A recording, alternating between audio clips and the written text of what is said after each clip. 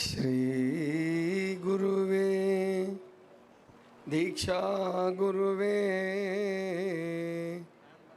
ಶಿಕ್ಷಾ ಗುರುವೇ ರಕ್ಷಾ ಗುರುವೇ ಸರ್ವಾಗಮೋಕ್ತ ಕಳಾ ಗುರುವೇ ಶಿವಯೋಗ ಧರ್ಮಾರ್ಥ ಭೋಗ ಗುರುವೇ ತ್ಯಾಗ ಗುರುವೇ ಸುಧೀ ಗುರುವೇ ವಾಚಾ ಗುರುವೇ ಭವರೋಗಹರ ಶರಣಾದೆ ಬಸವ ಮಹಾ ಗುರು ನಿಮಗೆ. ವಿಶ್ವಗುರು ಮಹಾಮಾನವತ್ವಾದಿ ಬಸವಣ್ಣನವರನ್ನು ಹೃದಯ ಮಂದಿರದಲ್ಲಿ ಸ್ಮರಿಸುತ್ತಾ, ಮಹಾಮಹಿಮರು, ಬಯಲುಕಾಯಿ ಸಿದ್ಧರು, ಶೂನ್ಯ ಪೀಠಾಧ್ಯಕ್ಷರು ಆದಂಥ ಅಲ್ಲಮ ಪ್ರಭುದೇವರನ್ನು, ಚಿನ್ಮಯ ಜ್ಞಾನಿ ಷಟಸ್ಥಲ ಚಕ್ರವರ್ತಿ ಚೆನ್ನಬಸವಣ್ಣನವರನ್ನು ಹೃದಯ ಮಂದಿರದಲ್ಲಿ ಸ್ಮರಿಸುತ್ತಾ, ಮಹಾಜ್ಞಾನಿ ಉರ್ಲಿಂಗ ಪೆದ್ದಿಗಳ ಮಠದಲ್ಲಿ ನಡೀತಾ ಇರತಕ್ಕಂತಹ ಈ ಕಾರ್ಯಕ್ರಮದಲ್ಲಿ ಸಾನ್ನಿಧ್ಯವನ್ನು ವಹಿಸಿರುವ ಎಲ್ಲ ಪೂಜ್ಯರಲ್ಲಿ ಶರಣುಗಳನ್ನು ಸಲ್ಲಿಸಿ, ಇದುವರೆಗೆ ಮಾತನಾಡಿರುವಂಥ ಎಲ್ಲ ರಾಜಕೀಯ ಮುಖಂಡರುಗಳಲ್ಲಿ ಮತ್ತು ವಿಶೇಷವಾಗಿ ಈ ಎಲ್ಲ ಕಾರ್ಯಕ್ರಮಗಳನ್ನು ಆಯೋಜನೆ ಮಾಡಿರುವಂತಹ ಈ ಮಠದ ಪೀಠಾಧ್ಯಕ್ಷರಾದಂತಹ ಪರಮ ಪೂಜ್ಯ ಜ್ಞಾನಪ್ರಕಾಶ ಸ್ವಾಮಿಗಳವರಲ್ಲಿ ಸೇರಿರ್ತಕ್ಕಂಥ ಎಲ್ಲ ಸದ್ಭಕ್ತ ಬಂಧುಗಳೇ, ತಾಯಿಂದರೆ, ಮಕ್ಕಳೇ, ಎಲ್ಲರಿಗೂ ಶರಣು. ಸಮಯ ಬಹಳ ಆಗಿದೆ. ಈಗಾಗಲೇ ಎಲ್ಲರೂ ಬಹಳಷ್ಟು ಮಾತನಾಡಿದ್ದಾರೆ. ನಾನು ಮಾತನಾಡೋ ಅಗತ್ಯ ಇರಲಿಲ್ಲ. ಆದರೆ ಬಹಳ ದೂರದಿಂದ ಬಂದಿದ್ದಾರೆ ಅಂತೇಳಿ ನಮ್ಮ ಜ್ಞಾನಪ್ರಕಾಶ್ ಪೂಜ್ಯರು ಮಾತನಾಡಬೇಕು ಅಂತ ಮೈಕ್ ಕೊಟ್ಟಿದ್ದಾರೆ. ಉರ್ಲಿಂಗ ಪೆದ್ದಿಗಳು, ಉರ್ಲಿಂಗ ದೇವರು ಮತ್ತು ಶಿವಲೆಂಕ ಮಂಚಣ್ಣ, ಈ ಗುರು ಪರಂಪರೆ ಏನಿದೆ ಇದು ಬಹಳ ವಿಶೇಷವಾದಂತಹ ಪರಂಪರೆ.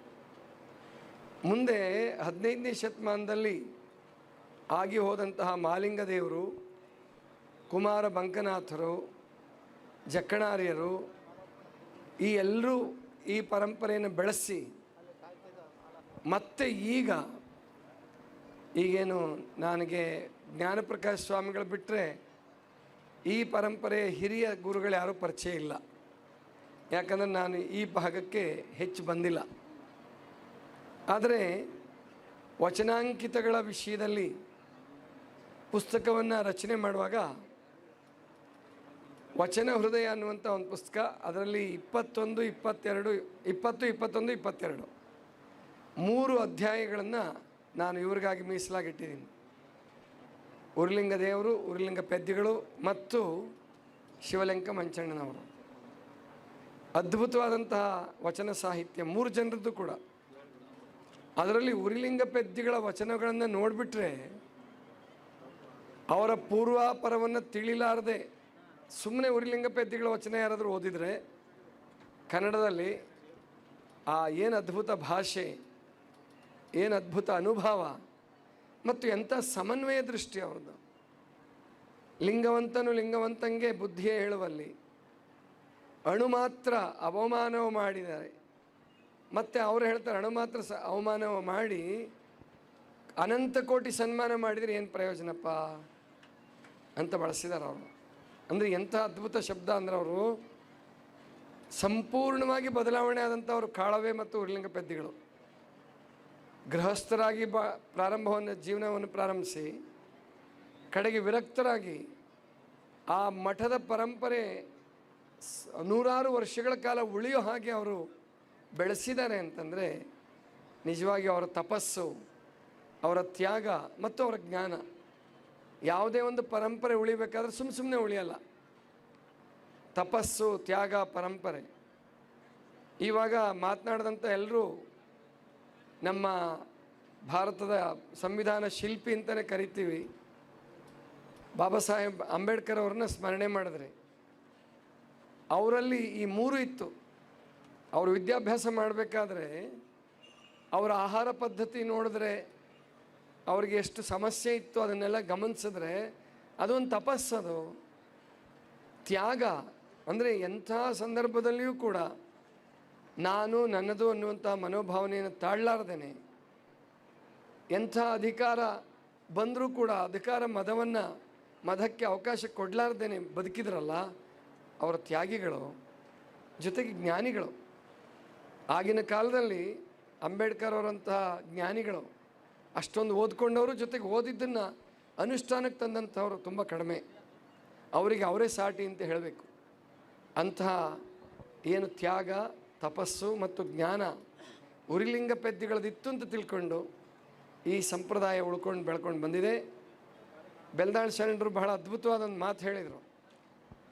ಅಂದರೆ ಧರ್ಮ ಅನ್ನುವಂಥ ಹೆಸರನ್ನು ಬಳಸ್ಕೊಂಡು ಕೇವಲ ಜಾತಿ ಸಂಘಟನೆ ಮಾಡೋದು ಬೇಡ, ಮತ್ತು ಕೇವಲ ಮೀಸಲಾತಿಗಾಗಿಯೋ ಅಥವಾ ಮತ್ತೇನೋ ಸರ್ಕಾರಿ ಫೆಸಿಲಿಟಿ ತಗೊಳ್ಳೋಕ್ಕೋಸ್ಕರನೇ ನಾವು ಸಂಘಟನೆ ಆಗೋದಕ್ಕಿಂತ ನಾವೆಲ್ಲರೂ ಜ್ಞಾನಪೂರ್ವಕವಾಗಿ, ಶ್ರದ್ಧಾಪೂರ್ವಕವಾಗಿ ಯಾವುದಕ್ಕಾಗಿ ಶರಣರು ಬದುಕಿದರು.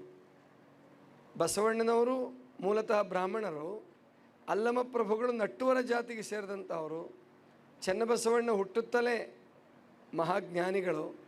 ಅವ್ರು 3 ಜನರಿಂದ ಪ್ರಾರಂಭಿಸಿ ಹರಳಯ್ಯ, ಮಧುವರಸ, ಉರಿಲಿಂಗ ಪೆದ್ದಿಗಳು, ಮಾದಾರ ಚೆನ್ನೈನವರು, ಡೋಹಾರ ಕಕ್ಕಯ್ಯನವರು, ಈ ಎಲ್ಲರೂ ಒಂದೇ. ಈಗ ನಾವು ಜಾತಿ ಗುರುತಿಸ್ಕೊಂಡು ಹೋಗ್ತಾ ಇದ್ದೀವಿ. ನಿಜವಾಗಿ ನಾವು ಡಾಕ್ಟರ್ ಶರಣಪ್ರಕಾಶ್ ಪಾಟೀಲರು ಬಹಳ ಅದ್ಭುತವಾದ ಮಾತು ಹೇಳಿದರು. ಅಂಗದ ಮೇಲೆ ಲಿಂಗವಿದ್ದವರೆಲ್ಲ ಸಂಗಮನಾಥ.